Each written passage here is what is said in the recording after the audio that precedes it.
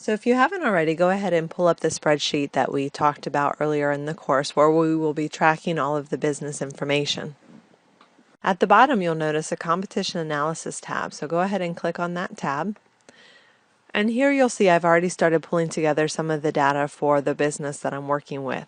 This is where we're going to start inserting our competitors and all of their information. This way we're going to be able to easily compare our metrics with theirs to see what we need to do to outrank them. So the first thing that we want to do is we want to do a search for our competitors. Now, there's a couple of ways you can do this. The first one is simply going into Google and doing a manual search for your keywords. So let's say I'm going to be using landscaping Centerville, Virginia as one of my main keywords. I can do a search for that and scroll down. Now what I'm looking for in the organic searches is other local businesses. I'm not looking for any of the larger non-competitor sites like Amazon, Wikipedia, Yelp, those type of sites we're going to want to rule out. So looking at these organic rankings, I'm going to want to go through and copy any of these URLs here that are also local businesses. If you're not sure if they're the larger sites or if they are local businesses, you can go ahead and click through. But this is a competitor, so I can go in and pop in their information here in the spreadsheet. I can go back, I'm going to skip Yelp, Home Advisor, Prosperity Lawn and Landscape, looks like another competitor. So I'll put that URL in as well. Same with J&M Landscaping, it's another company.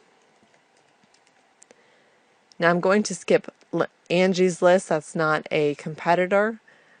I'm going to look at Rulyscapes. I'm going to skip Yellow Pages and Thumbtack as well down here in position 10, and I will copy Lorenzo Lawn Care. Now I'm mostly going to focus on the first page of Google as that is where I want to be. So I want to look at the competition on the first page. So then I can go on to another one of my top main keywords. So I'll use lawn mowing in Centerville, Virginia as an example. I can go down, and again I'm going to do the same thing. I'm going to rule out Yelp, Lawn Starter, Home Advisor. Here we have a new competitor though, S&S Lawn Services, so I'll copy that and paste that in. Same thing here, Vianna Lawn Care.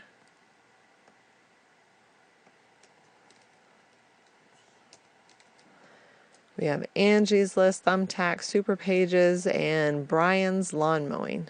And then again, Yellow Pages. So this gives me a good list to start with. I like to pull together about 10 competitors or so. This way I can go in, I can look at their website, what they have, what they don't have is in terms of design and features, and then we can also look at some of these other metrics here that we'll be listing to the right. If you have other tools, like for instance, if you have Market Samurai, you can actually go ahead and insert a new keyword. Here I have Landscaping Centerville, Virginia. I can use their SEO competition tool, and here it's going to show me all of the top sites in Google for that search term. So you'll see I have all of the same ones that I've copied, and then it's going to have these other metrics here to the right. So we can use this to see how easy it will be able to rank for this specific keyword, which we'll get into here in a moment. But this also will give us a little bit of information that will be helpful, such as how many backlinks a particular page has, and that way we can track that information as well. So once we have these top keywords, once we have these top competitors here, we want to find out what their top keywords are. This is going to tell us what they're actually going after SEO-wise, and it will give us some ideas for other keywords that may work for us as well.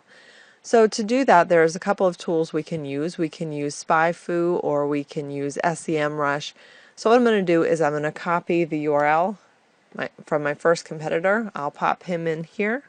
This tells me he has 18 keywords in the top 50 results. And so I can go down and I can see what those top keywords are, and I can click through for more information.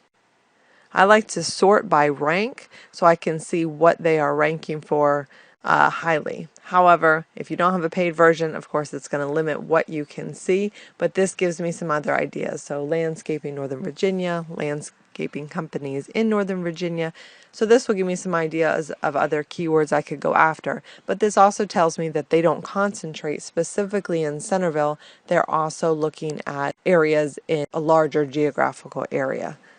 So I can say, okay, landscaping Northern Virginia is a top keyword, and I can add in the additional keywords. So for instance, I can go to SEMrush and I can put in their domain here as well. Let me copy that domain again. And this is going to give me similar information. This is also going to tell me how many organic search results that they have. It shows that they're appearing for 68 keywords. And you'll notice from tool to tool that it's going to be a little bit different, which is why I like to look at a couple different tools to get a better idea. So here I can see what their top keywords are, and I can go look for a full report. So taking a look at the full list here, I can see what they are ranking for. I like to sort by the position here as well. That way I can see what they're ranking for highly in Google. Here they're looking at Superior Landscaping, their name, so that's not impressive. But here we also have landscaping in Centerville, Virginia. They're appearing on the first page for, so I can add that in. But I can also see what other services they provide. Some of these this business doesn't provide, or these are areas that we don't serve. In the spreadsheet here, we're also going to be looking at the total number of backlinks that a website has and the total number of root domain backlinks. So what that means is a website may have, let's say, 20 backlinks, but that may only be coming from 5 different sources. So 5 websites are contributing 20 different links to them. So that's important to know. So SEMrush will give me this information. It says I have a total of 29 backlinks for this website coming from 21 different domains. So I can go ahead and enter that in. Now we also want to look for domain authority, and a site that we can use to do that is Open Site Explorer by Moz. So I'm going to put the competitor website in here and we'll see what information we get. It shows they have a domain authority of 14, which I want to enter in here. And you'll notice that they will also give you the backlinks. Here it says they have a total of 35 backlinks from 5 different domains. So as you can see, that's conflicting information. This is why I like to look at different tools, and that way I can really evaluate what links they have, what links they may be missing out on. It gives me a list of some of the links that they do have below. Now, I also want to look at what citations they have since they are a local business.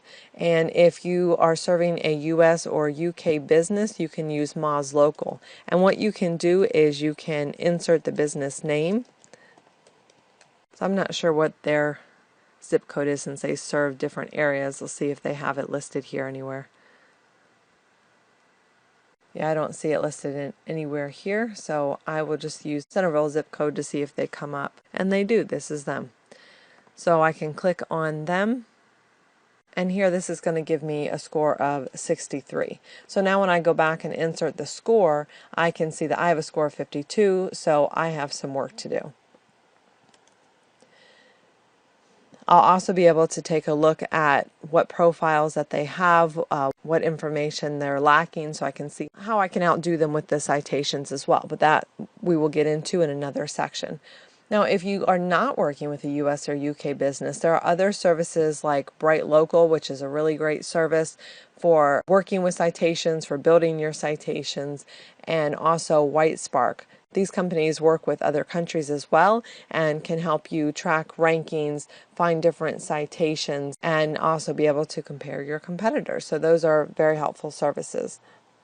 You also want to know the number of Google reviews. So in Moz Local, you can scroll down and it will usually tell you how many reviews they have down here. Here I'm seeing just one, but to be sure, I can type in their name into Google and I can see what comes up here. And yes, it shows here that they also only have 1 Google review.